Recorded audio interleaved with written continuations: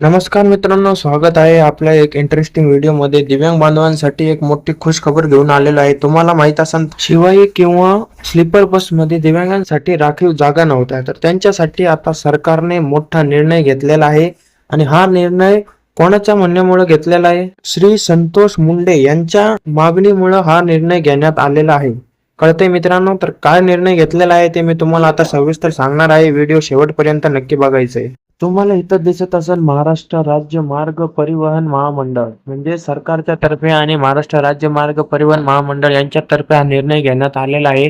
आणि श्री संतोष मुंडे यांचं नाव सुद्धा इथं तुम्ही बघू शकता, इथं लिहिलेलं आहे. कळतंय?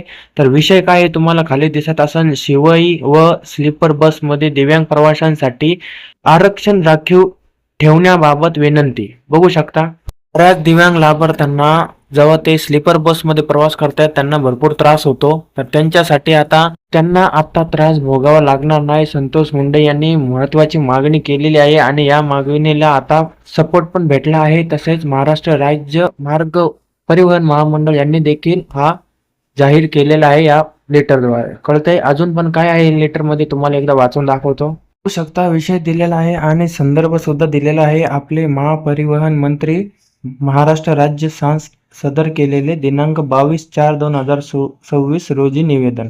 आणि खाली काय लिहिलेलं आहे ते पण तुम्हाला एकदा वाचून दाखवतो. बघू शकता खाली काय दिलेलं आहे. महोदय, उपरोक्त विषयाबाबत आपले वरील संदर्भीय पत्र महानगरपालिका मंत्री महाराष्ट्र राज्य यांचे कार्यालयामार्फत या कार्यालयास दिनांक 6/5/2026 रोजी प्राप्त झाले.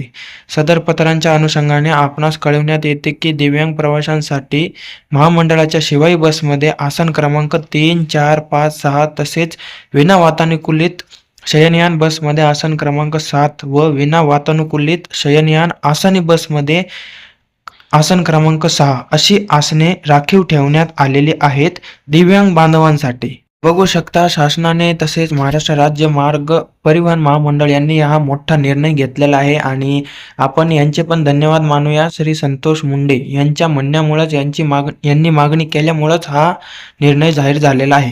तर आता दिव्यांग बांधवांना शिवाई किंवा स्लीपर बसमध्ये प्रवास करताना त्रास होणार नाही.